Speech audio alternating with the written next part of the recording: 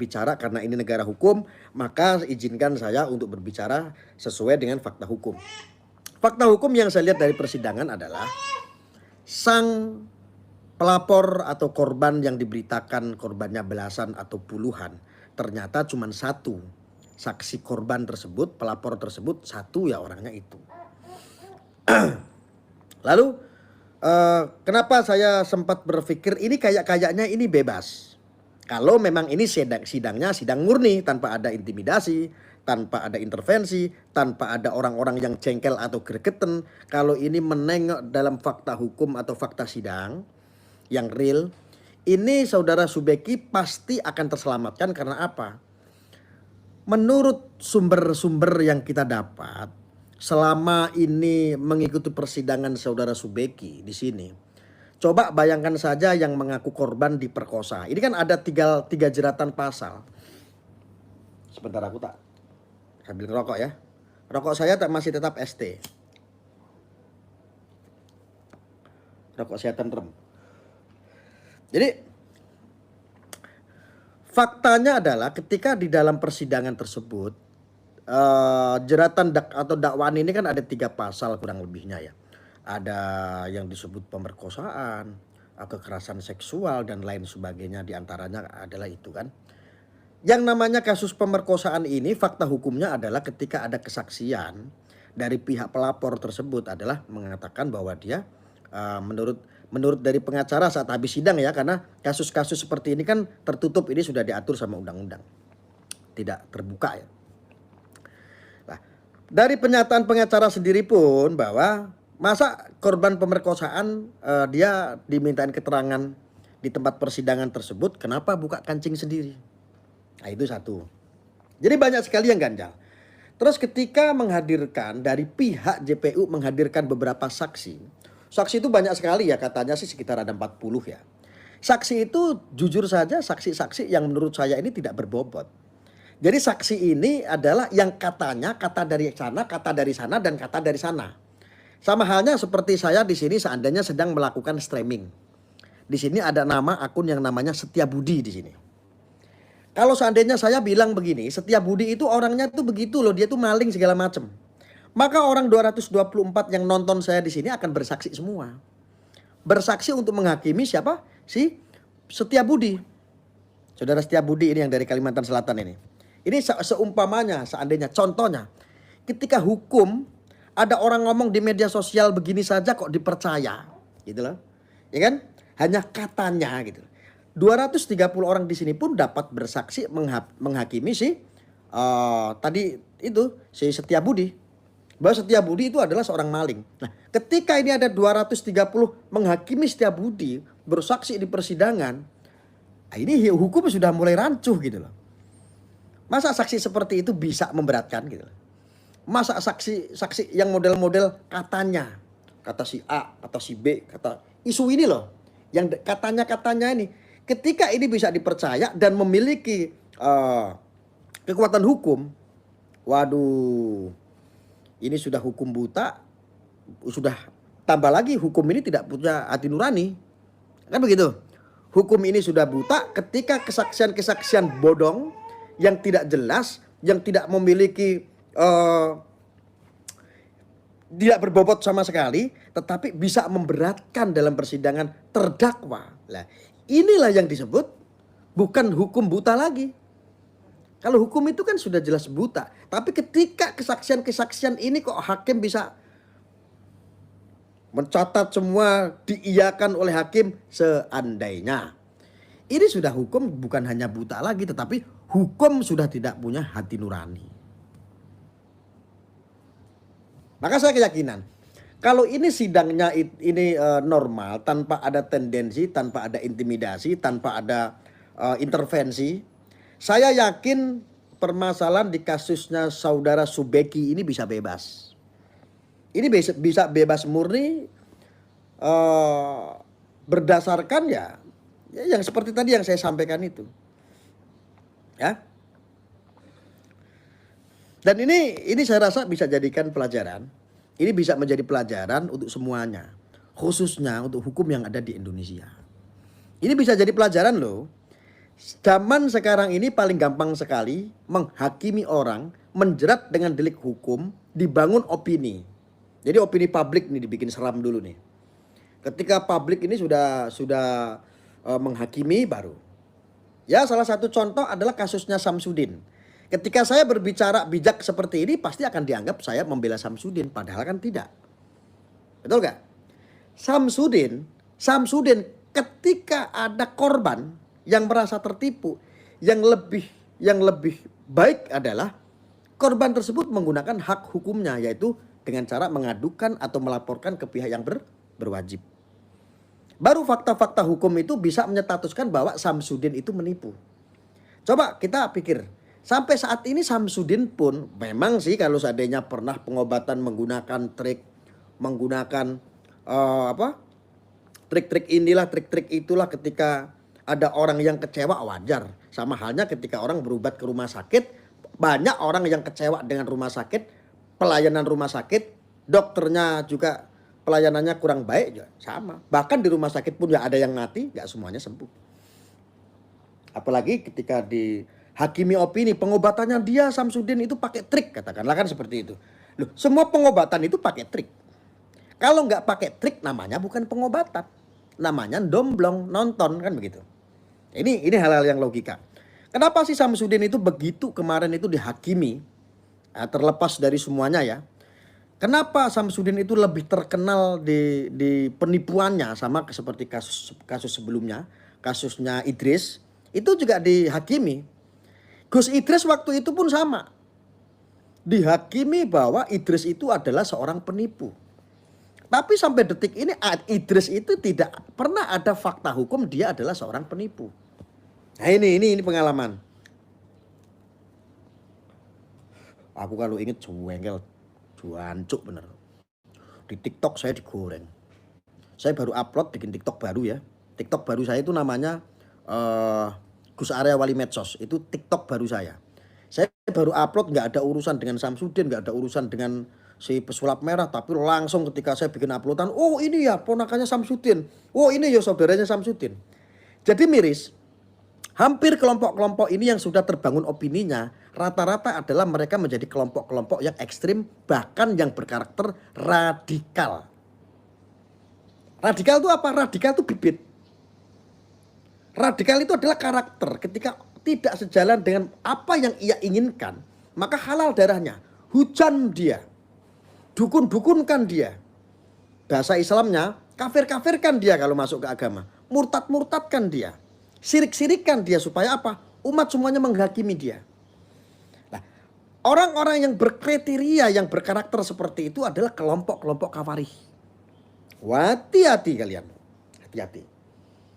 Siapa yang bertanggung jawab? Saya yang bertanggung jawab.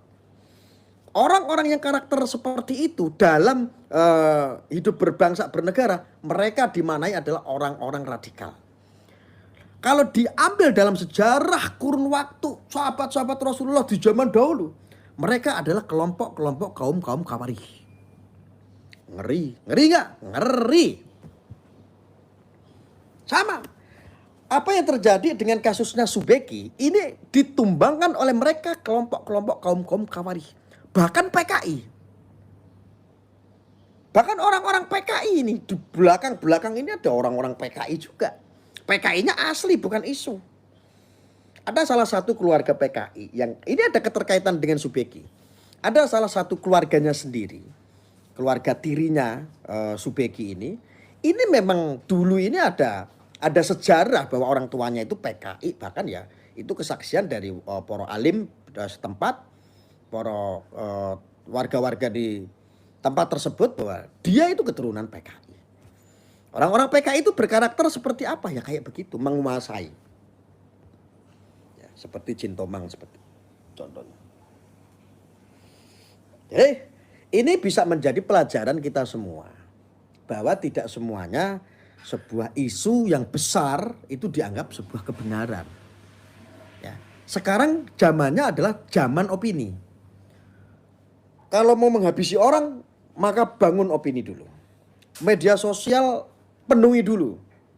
Opini itu yang lebih ngeri di mana? Di media sosial. Penuhi dulu. Ketika media sosial nanti sudah terbentuk opininya bahwa dia salah, maka hukum akan terintervensi oleh kemauan rakyat. Karena dianggap orang yang ketika sudah banyak opini-opini itu yang menghakimi, dianggap sebuah kebenaran. Tidak bisa, Verguso, tidak bisa Verguso, tidak bisa seperti itu. Makanya di sini, Anda di sini saya kasih tahu pelan-pelan supaya paham. Ya, kasusnya seperti Subeki, kasusnya Brigadir J yang saat itu awal dihakimi juga masalah pelecehan, ternyata bukan. Nah, sebetulnya kasusnya Brigadir J yang saat ini sudah terbongkar, ini bisa memberikan pelajaran buat kita semua bahwa kita ini diajar untuk berlogika. Kita ini diajar untuk berpikir yang lebih panjang, bukan tumpul. Bukan pendek cara berpikir kita, harus panjang nih. Oh. Ini dasarnya dari mana? Ini sanad masalahnya dari mana? Jadi harus jelas. Ya. Nah, kasusnya Brigadir J ini ketika diketemukan dengan kasusnya Subeki ini hampir sama. Kasusnya Brigadir J ini masalah ada cinta, ada keterkaitan dengan orang-orang yang visum pertama. Sama kasusnya Subeki ini hampir sama. Ada orang hubungan-hubungan masalah cinta, ada masalah ya pelakor lah. Bisa dikatakan pelakor karena Subeki ini sudah beristri. Lalu apa sih indikasinya kok saya itu mengatakan bahwa kemungkinan besar ini saudara Subeki ini akan bebas. Ya fakta-fakta hukum seperti itu. Masa kasus-kasus yang menjerat Subeki ini ketika ada pasal pemerkosaan, kekerasan seksual dan lain sebagainya. Tetapi ada bukti screenshot sayang-sayangan di dalam HP si pelapor sama si saudara Subeki. Coba menurut Anda bagaimana? Menurut Anda bagaimana? Ketika ada chat sayang-sayangan, histori dari si pelapor atau yang mengaku korban. Menurut Anda ini pemerkosaan atau hubungan? Atau penggoda? Kan bisa jadi wanita tersebut memang ada hubungan dengan saudara Subeki, tetapi tidak dalam konteks pemerkosaan. Cabulan, tidak ada itu. Kan bisa jadi saudara Subeki sudah punya istri, tetapi perempuannya menjadi penggoda. Kan bisa jadi. Kenapa? Dasarnya dari mana? Sayang-sayangan. Sayang-sayangan itu. Artinya kalau dimaknai ini orang sebetulnya pelapor atau pelakor. Coba Anda bisa maknai di sini. Sesungguhnya orang ini pelapor atau pelakor.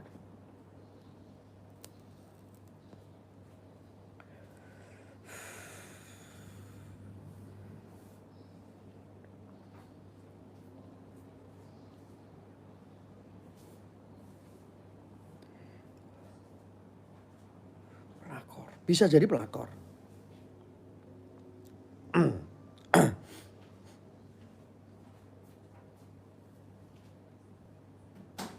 Gus mau tanya, kalau buat laporan polisi soal hoax disebarkan, seseorang itu yang lapor boleh siapa saja atau harus yang bersangkutan? Yang bersangkutan, yang dicemarkan siapa?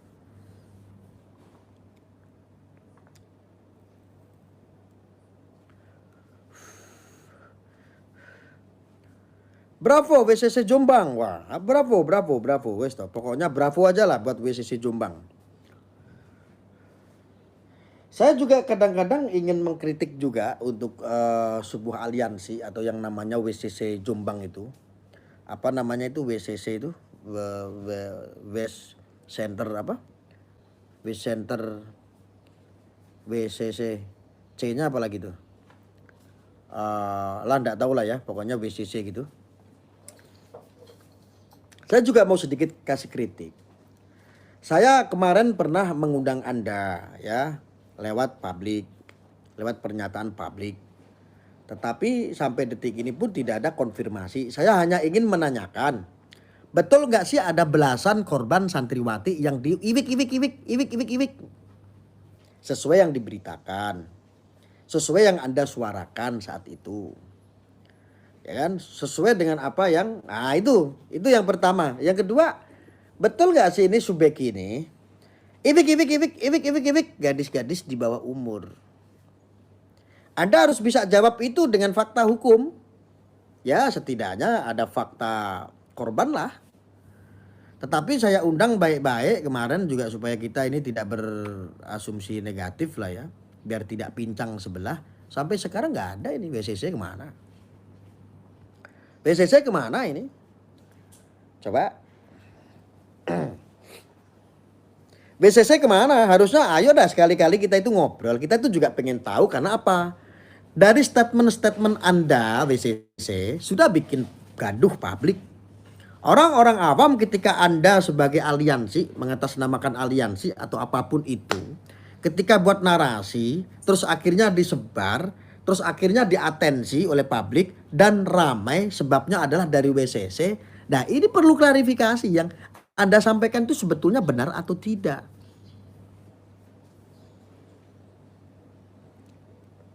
Ya saya undang sampai sekarang pun ya enggak ada yang japri saya. Gak ada yang japri saya nih. Dari WCC sekalipun gak ada. Dari aliansi santri gak ada. Gak ada.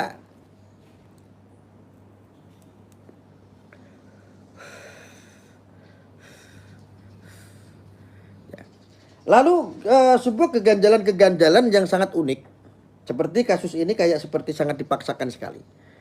Dalam proses hukum ya, dalam urusan kepolisian saat itu, saya rasa polisi sudah benar sekali menjalankan ketika ada korban, pelapor juga sudah menyiapkan ini itunya, saksinya sudah ada, bukti-buktinya sudah ada. Nah, polisi kewajibannya adalah untuk memproses. Saya rasa saya sudah sepakatlah dengan kepolisian. Tetapi fakta sidang ini sekarang, fakta sidang ini, karena sangat mengganjalkan sekali mulai dari demo menggunakan plat merah. Ada demo kemarin juga kan ada dari plat merah. Loh ini kan aneh sekali gitu. Dakwaan-dakwaannya juga tidak jelas.